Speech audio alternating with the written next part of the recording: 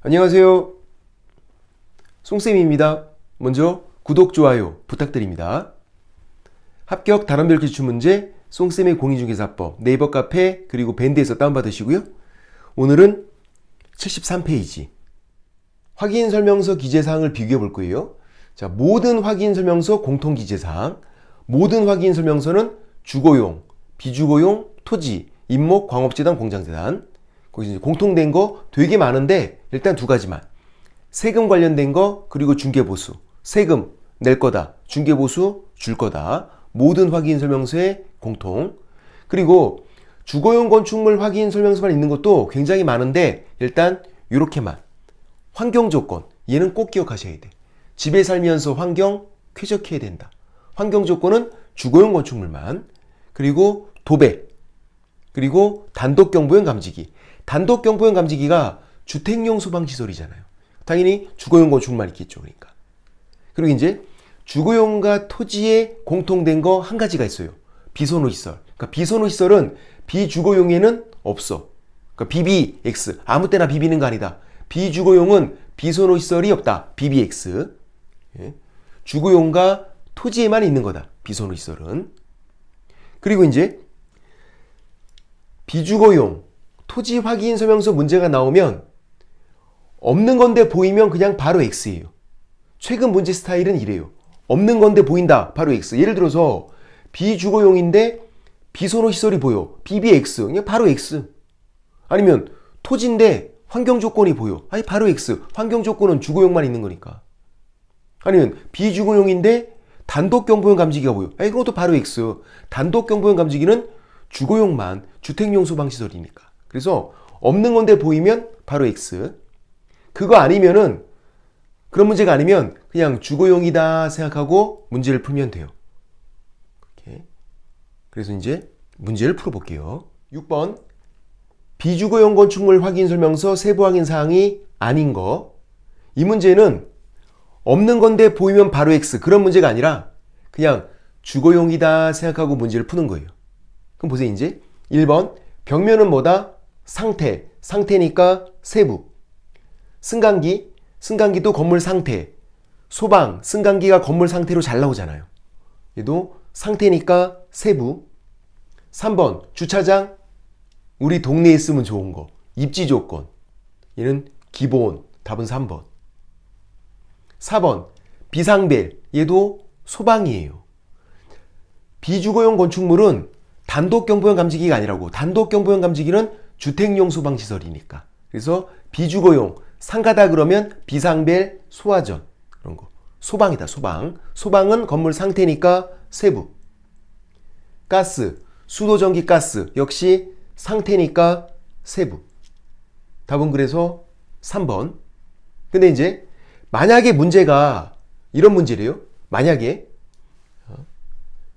아까랑 좀 유사해 보이지만 좀 달라.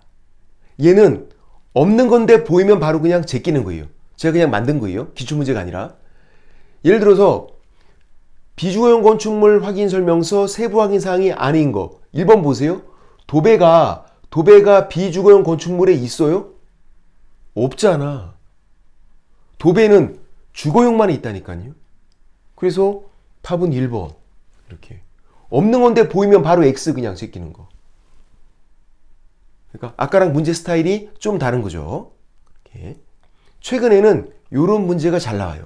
없는 건데 보이면 바로 X 제끼는 거. 비주거용인데 도배 X. 아니면 비주거용인데 비선호시설 그런 거 바로 X. BBX였으니까. 아니면 비주거용인데 환경조건. 아니 바로 X. 환경조건도 주거용만 있는 거니까. 없는 건데 보이면 바로 X. 그런 문제. 7번 비주거용 건축물 확인 설명서 작성 방법 틀린 거. 요 문제도 주거용이다 생각하고 문제를 푸는 거예요. 1번 대상 물건의 표시는 기본적인 사항, 표시사항, 특정하기 위해서 필요한 사항, 사실관계. 네 가지가 같은 말이에요. 사실관계, 소, 지, 목적, 소재, 지번, 지목, 면적. 사실관계니까 대상 확인하는 게 맞죠. 그리고 요 네 가지 같은 말인 거 알고 있어야 돼요. 기본적인 사항이 표시가 되어 있으면 무엇인지 특정할 수 있고 사실관계다. 2번, 권리관계의 등기부 기재사항은 등기사항 증명서를 확인하는 게 맞죠. 그래서 소유권은 갑구로 확인하고 소유권 이외의 권리는 을구로 확인하고. 3번, 건폐율 상한, 용적률 상한, 시의 군조례 맞고. 4번, 중개보수는 실제 거래금액 기준으로 계산을 하고. 맞아요? 확인설명서 작성 방법에서는 무조건 중개 완성 전 거래 예정 금액, 거래 금액이 아니라 중개보수도 거래 예정 금액 기준으로 계산을 한다고요. 그리고 부가가치세는 포함이 아니라 별도, 얘는 그냥 완전 틀렸지. 5번, 공동중개 시 참여한 모든 계공이 서명 및 날인 맞고, 주의사항은 거래 당사자는 서명 또는 날인이에요. 계공, 소공, 서명 및 날인, 계공, 소공은 거래 당사자는 서명 또는 날인, 이름 쓰고 사인해도 돼요. 서명 또는 날인. 거래 당사자는, 계공, 소공은 서명 및 날인, 또 공동중개 시 참여한 모든 계공이 다 서명 및 날인. 틀린 거 찾는 거, 답은 4번. 74페이지 부동산 실명법. 자, 1번. 사례 문제가 나오면 그림을 그려야 되는데 3자간 등기명의신탁 아니면 계약명의신탁 둘 중 한 가지. 자, 매도인을 찾으세요. 자, 매도인 누구예요? 을소유. 그럼 이제 매도인이 선이다, 악이다, 알았다, 몰랐다, 언급이 문제나 지문에 있나 없나를 봐야 돼요. 언급이 없어. 을이 선이다, 악이다, 알았다, 몰랐다, 문제 없죠? 그리고 1번부터 5번까지 지문에도 없어. 그러면 얘는 3자간 등기명의신탁, 중간생략형, 3자간 등기명의신탁. 매도인에 대한 언급이 없으면. 그래서 매도인부터 시작해서, 을부터 시작해서 그림을 그려야 돼요. 그림을 못 그리면 문제를 못 푸는 거야. 이건 무조건 그림 그리는 거 연습하셔야 된다. 자, 을, 매도인, 그리고 매수인 둘이 매매계약 체결 했어요. 얘가 부탁을 해서 등기가 한 방에 넘어간 거야. 그렇게 하기로 약정을 했거든요. 그래서 매매계약 체결하고 등기가 한 방에 넘어가서 현재 수탁자 명의로 등기가 돼 있어요. 자, 이제 쉬운 거. 약정은 무효. 종중, 배우자, 종교단체 이거 아니면 약정은 무효. 등기는 매도인이 100% 악이. 자, 제가 이거 악이라고 그냥 써놓은 거예요. 문제에 안 써 있잖아. 100% 악이. 선일 수가 없어. 얘는 100% 악이다. 왜? 얘가 부탁을 해서 알고선 등기를 이렇게 한 방에 넘긴 거잖아요. 지금 이렇게 계약을 했는데 매매 계약을 등기가 이렇게 넘어가는데 모른다는 건 말이 안 되지. 얘가 뭐 등신이야? 당연히 악이 100% 악이다. 선일 수가 없다. 그러니까 매도인에 대한 언급이 없는 거예요. 100% 악이니까. 그래서 등기는 무효. 매도인이 선일 때 등기가 유효인데 매도인이 100% 악이니까 매매 계약은 채권 계약으로서 유효. 그렇게. 그러면 이제 누가 소유권자냐면요. 병은 아닌 거야. 그죠? 병 명의로 등기가 돼 있지만 무효인 등기니까 소유권자가 아니고 무효 그러면 돌아가야죠. 누구한테? 을에게 온 거니까 을에게서 온 거니까 무효. 을로 돌아가라. 그래서 을이 소유권자. 길게 왔다가 짧게 돌아간대. 갑이 소유권자래. 말이 안 되잖아. 길게 왔으면 길게 돌아가야죠. 그래서 을이 소유권자. 갑은 매매계약이 유효니까 매수인이잖아요. 뭐다? 채권자. 매수인은 채권이 있어요. 소유권 이전 등기 청구권. 채권이잖아요. 그래서 매매계약이 유효니까 매수인이 매도인에게 소유권 이전 등기를 청구할 수 있다. 오, 이거 얼마나 정상적이야. 매수인이 매도인에게 소유권 이전 등기 청구하는 거. 오, 정상적이잖아. 근데 얘 명의에 등기가 없잖아요. 그러니까 채권자 대위. 그래서 소유권에 의해서 소유권 이전 등기 말소. 소유권 이전 등기 말소를 대위에서 대신 행사해서 등기를 돌려놓고 그리고 매매계약에 의해서 다시 소유권 이전 등기를 청구하고 그렇게. 자, 풀 버전은 그거예요. 채권자 대위에서 소유권 이전 등기 말소 돌려놓고 매매계약에 의해서 다시 소유권 이전 등기 청구하는 거. 풀 버전. 근데 앞에만 나온대. 채권자 대위에서 소유권에게서 소유권 이전 등기 말소 청구할 수 있다. O. 아니면 뒤에만 나오겠대. 매매계약에게서 소유권 이전 등기를 매수인이 매도인에게 청구한다. O. 그렇게. 또 이제 수탁자가 자기 명의로 등기가 돼 있을 때 팔았어요. 팔면 제3자는 선악불문하고 보호가 되죠. 적극 가담 그런 것만 아니면 보호가 돼요. 근데 이제 지 것도 아닌데 남의 건데 을 건데 팔았잖아. 남의 거를 팔면 원래 횡령죄예요. 근데 이제 명의신탁에서는 횡령죄가 안 나온다. 자기 것도 아닌데 팔았는데 파는 행동 자체가 횡령죄는 안 된다. 판례가. 이자간이건 중간생략형이건 계약명의신탁이건 수탁자의 처분행위, 파는 행동이 횡령죄가 되는 건 아니다. 근데 주의사항, 아예 처벌 안 되는 거예요? 아니요, 처벌되죠.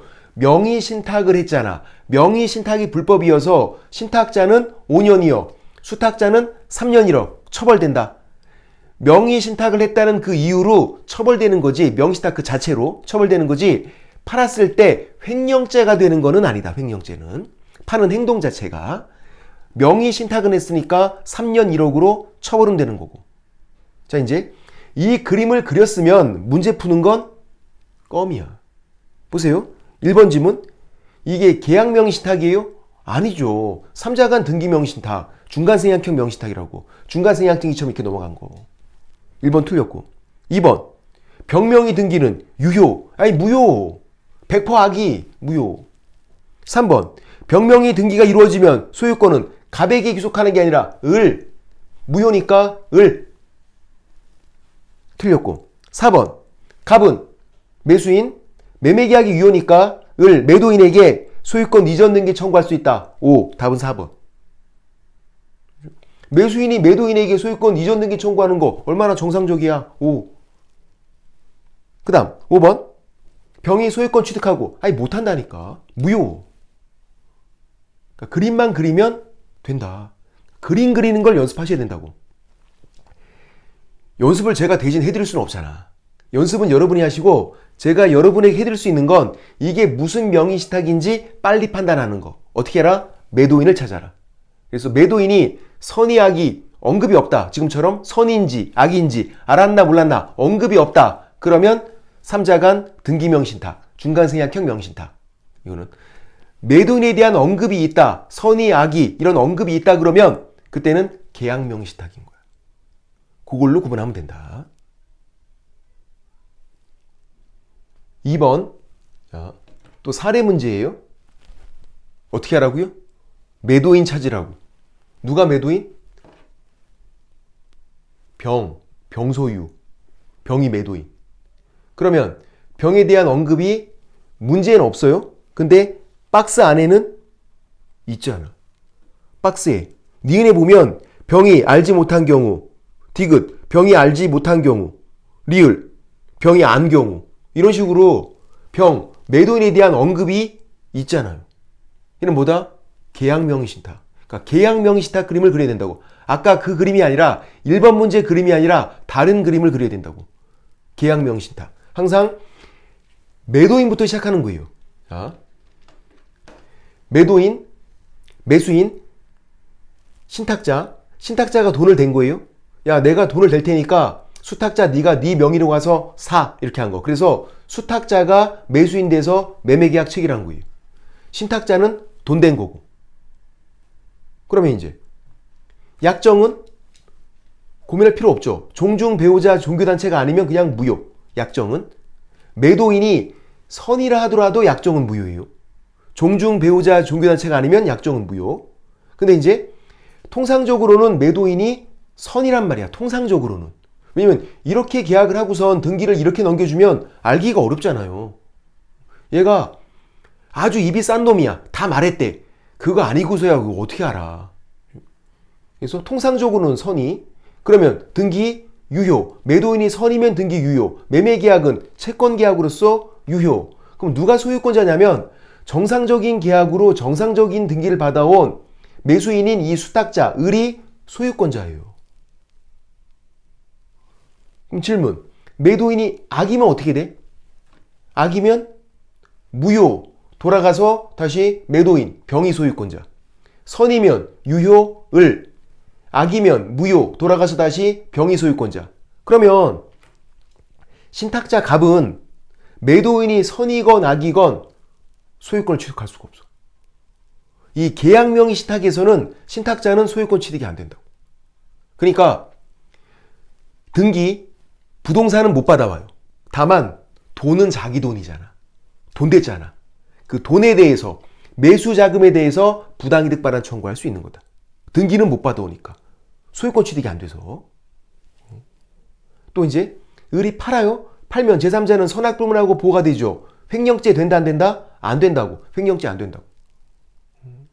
이제 명의신탁에서 횡령죄는 안 나온다. 다만 주의사항은 명의신탁은 했으니까 신탁자 5년 2억, 수탁자 3년 1억, 명의신탁 자체로 처벌은 된다고요. 다만 팔았을 때 파는 행동이 횡령죄는 안 된다고. 횡령죄는 이자간이건 아까 3자간 등기명의신탁이건 계약명의신탁이건 파는 행동이 횡령죄는 안 된다. 근데 명의신탁은 했으니까 명의신탁 자체로 처벌된다. 신탁자 5년 2억, 수탁자 3년 1억. 그리고 이제 보세요. 신탁자가 이 부동산을 20년간 점유한 거야. 그리고 점유 취득 시효를 주장해요. OX, X. 신탁자는 20년간 점유해도 점유 취득 시효 주장이 안 돼. 왜냐면 이 신탁자가 점유하고 있는 건 악의의 무단 점유. 그래서 자주 점유 추정이 깨져서 시효 취득이 안 돼요. 소유권 취득이 안 되는 사람이잖아. 신탁자는 소유권 취득이 안 되는 사람인데 얘가 점유하고 있는 건 판례가 뭐다? 악의의 무단 점유다. 그래서 그거는 이제 시효 취득이 안 된다. 자주 점유해야 되는데 자주 점유 추정기에 깨져버린다고. 악의의 무단 점유. 소유권 취득이 안 되는 사람이 점유하고 있는 건. 이것도 최근 판례니까 기억하시고.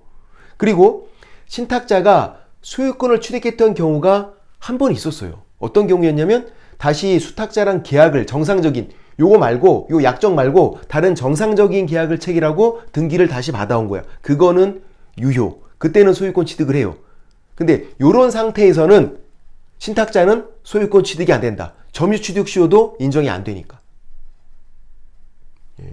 자, 이제 그림을 그렸으면 문제 푸는 건 껌이라고요. 그러니까 그림 그리는 거 연습하셔야 된다고. 그림 그리는 거. 자, 기억. 이번에 기억. 갑과 을의 위 약정은 무효. 약정은 무효. 자, 이제 니은. 갑과 을의 약정을 병이 알지 못했대. 선이면 약정은 유효. 아니라고요. 무효. 매도인이 선이건 악이건 약정은 무효. 약정은 무효. 그래서 니은 X. 와, 니은에서 엄청 낚여. 매도인이 선일 때 등기만 유효. 약정은 계속 무효예요. 낚이면 안 된다. 그 다음 디귿. 갑과 을의 위 약정을 병이 알지 못한 경우 선이. 그러면 갑은 엑스토지 소유권 취득한다. 안 된다고. 매도인이 선이건 악이건 신탁자는 소유권 취득이 안 된다고. 점유 취득 시효도 인정이 안 된다고. 매수자금만 부당이득 반환 청구하는 거다. 틀렸고. 그 다음 리을. 갑과 을의 위 약정을 병이 알았어요. 병이 알면 무효니까 돌아가서 다시 병이 소유권자. 병이. 근데 이제 을이 팔았어. 팔면 제3자는 선악불문하고 보호가 되는 거죠. 정은 그 소유권 취득을 못한다가 아니라 보호가 된다고. 악이 무효. 돌아가서 병이 소유권자. 근데 얘가 팔았대요. 그래도 제3자는 선악불문하고 보호가 된다고. 정 소유권 취득을 한다고. 틀렸다. 그래서 기억만 맞네. 기억만. 다 틀렸고. 특히 니은을 주의하셔야 돼. 매도인이 선의일 때 약정은 계속 무효다. 매도인이 선의일 때 등기만 유효인 거고. 어렵다. 뭐가 어려운 거예요? 민법이 어려운 거잖아. 민법이. 부동산 실명법 명의신탁 매년 한 문제 나와요. 사례 문제 대비하셔야 돼. 사례 문제. 오늘 여기까지. 쏭빠.